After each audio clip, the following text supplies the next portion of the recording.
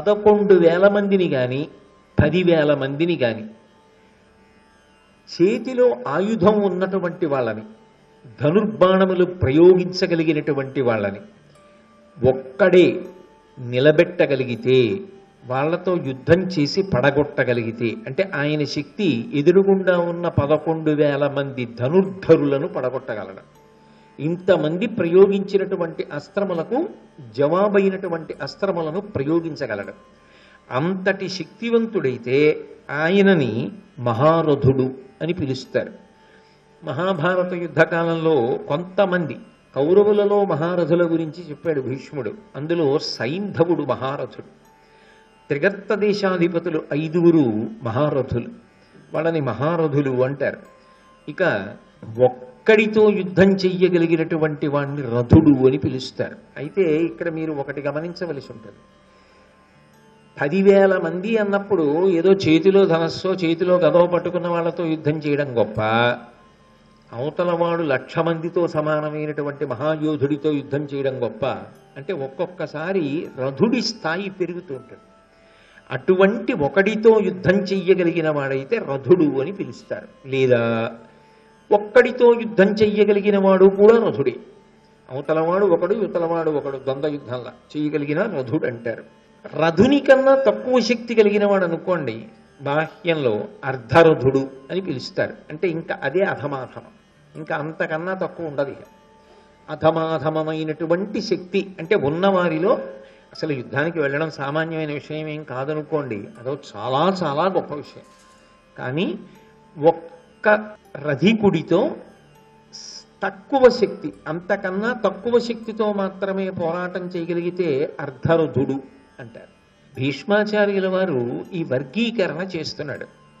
కౌరవుల వైపు ఎవరెవరు యోధులు, ఏ స్థాయికి వెడతారు, అతిరథుడెవరు, మహారథుడెవరు, సమరథుడెవరు, అర్ధరథుడెవరు, ఇవన్నీ చెప్తున్నాడు. చెప్తూ కర్ణుడి వైపు తిరిగాడు.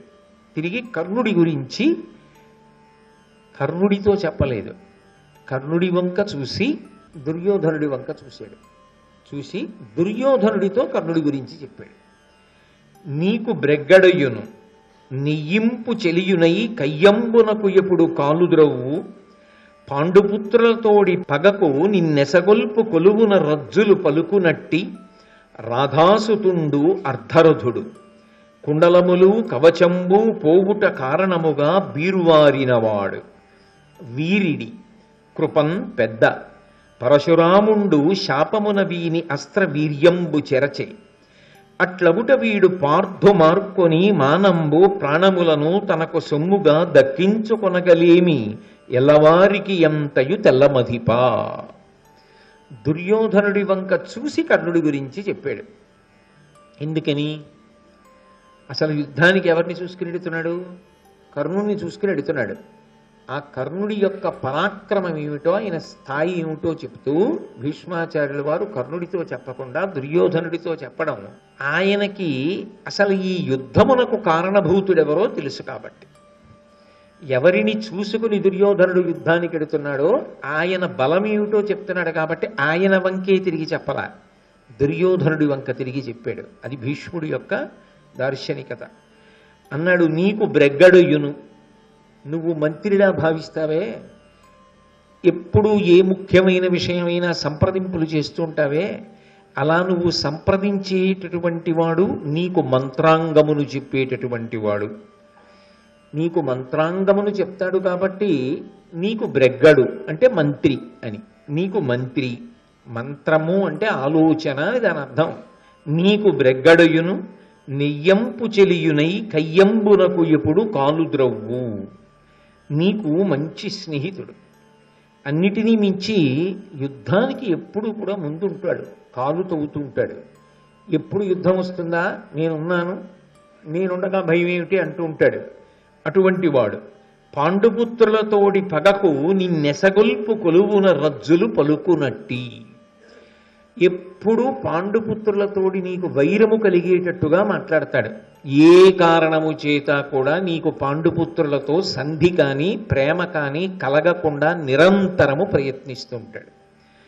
కొలువున రజ్జులు పలుకునట్టి, అలా నీతో వాళ్ళకి సంధి కలగకుండా, ప్రేమ ఏర్పడకుండా ఎప్పుడూ అహంకారపూరితమైనటువంటి మాటలు మాట్లాడుతూ ఉంటాడు. మీ ఇద్దరిని విడదీసేటటువంటి ప్రయత్నమే చేస్తూ ఉంటాడు.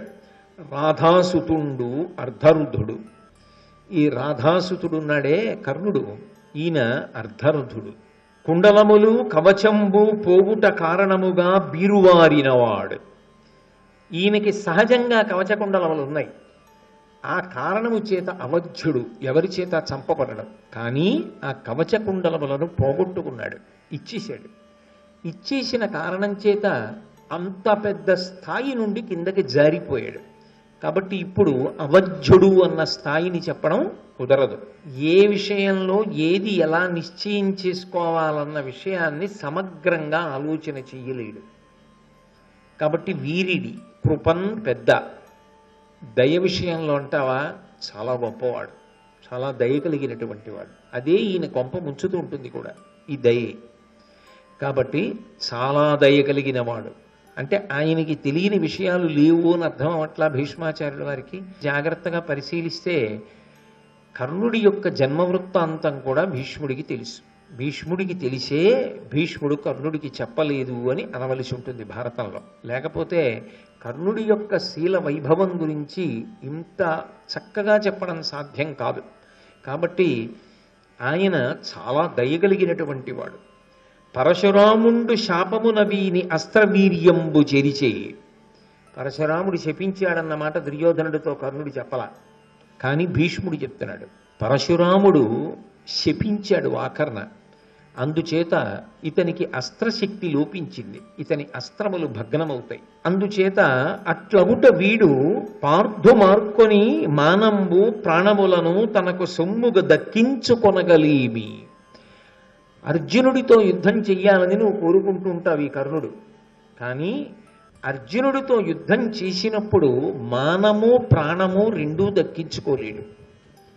అర్జునుడితో యుద్ధం చేసి ప్రాణం పోగొట్టుకునేటప్పుడు ఆ సమయమునందు చెప్పబడిన మాటల వలన గౌరవాన్ని పోగొట్టుకుంటాడు, ప్రాణాన్ని పోగొట్టుకుంటాడు. అర్జునుడి చేతిలో రెండిటినీ విడిచిపెడతాడు. కాబట్టి మానంబు ప్రాణములను తనకు సొమ్ముగా దక్కించుకొనగలేమి ఎల్లవారికి ఎంతయు తెల్లమధిపా. నేనే చెప్పానని అనుకోకు దుర్యోధన, బహుశా నీకు తప్ప అందరికీ తెలిసే విషయాలు. నువ్వు ఒక్కడివే కర్ణుడు అర్జునుడిని చంపుతాడు అనుకుంటావు. కాబట్టి కర్ణుడు అర్ధరుధుడే అని చెప్పాడు. అర్ధరుధుడే అన్న ఈ మాట అనేక వ్యాఖ్యలకు దారితీసింది.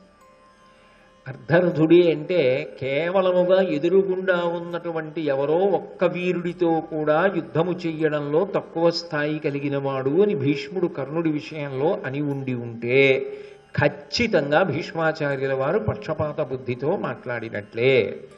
అంత శౌర్యము లేనివాడు, అంత పరాక్రమహీనుడు కర్ణుడు కాడు. కర్ణుడు చాలా పరాక్రమవంతుడు, చాలా శౌర్యవంతుడు. అందుకే అర్జునుడితో అంతసేపు యుద్ధం చేశాడు, ఘటోత్కచుడితో అంతసేపు యుద్ధం చేశాడు, ధర్మరాజు గారిని తరిమి కొట్టాడు. ఏ సామాన్యుడా? మరి అంత తక్కువ భీష్ముడు ఎందుకు చేస్తాడు? కాదు, అక్కడ ఒక్క విషయాన్ని గుర్తుపెట్టుకోవాలి. ఎవరితో పోలిక చెప్తున్నాడంటే ఈ కర్ణుడి పగ అంతా అర్జునుడి మీద, అర్జునుడి యొక్క ప్రతిజ్ఞ కర్ణుడి మీద, కర్ణుడి ప్రతిజ్ఞ అర్జునుడి మీద. అర్జునుడు కర్ణుడిని చంపుతానంటాడు. ఎందుకనంటే ఆ సభాపర్వంలో అరణ్యవాసానికి వెళ్ళిపోయే ముందు అర్జునుడు ప్రతిజ్ఞ చేశాడు కర్ణుడిని పడగొడతానని. అర్జునుడిని పడగొడతానని కర్ణుడు 2 మాటలు ప్రతిజ్ఞ చేశాడు. కాబట్టి వీళ్ళిద్దరిదే యుద్ధం అయినప్పుడు భీష్మాచార్యుల వారి ఆలోచన ఏమిటంటే కర్ణార్జునుల మధ్య యుద్ధం జరిగినప్పుడు ఆ ద్వంద్వ యుద్ధంలో ఇద్దరికీ పోలిక చెప్తే సమానులా, ఒకరికన్నా ఒకరు అధికులా, నిర్ణయము చెయ్యడము కష్టమా అంటే నిజానికి కర్ణుడు అవధ్యుడు, అసలు చంపడం కుదరదు, సహజ కవచ కుండలాలు ఉంటాయి. ఆ పైన పరశురాముడి యొక్క అస్త్ర విద్య అంతా కూడా ఈయన ఎందు ప్రకాశించి ఉండి ఉంటే ఏమో ఈయన ఎంత గొప్పవాడో, అర్జునుణ్ణి పడగొడతాడు అని చెప్పడం సాధ్యమై ఉండుండేదేమో. కానీ ఏ ప్రధానమైన అస్త్రములను రేపు యుద్ధంలో ప్రయోగించవలసి ఉంటుందో అవి పరశురాముని యొక్క శాపము చేత పోయి 2 కవచకుండలములు పోయి.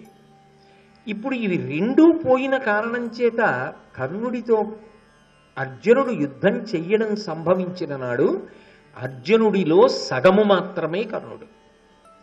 కాబట్టి అసలు ఇద్దరి మధ్య పోటీ అన్నమాట లేదు. ఇంకా అర్జునునితో పోల్చినప్పుడు అర్జునుడి యొక్క శక్తిలో సగము శక్తి మాత్రమే కర్ణునిది. ఇది భీష్మాచార్యుల వారి యొక్క హృదయం.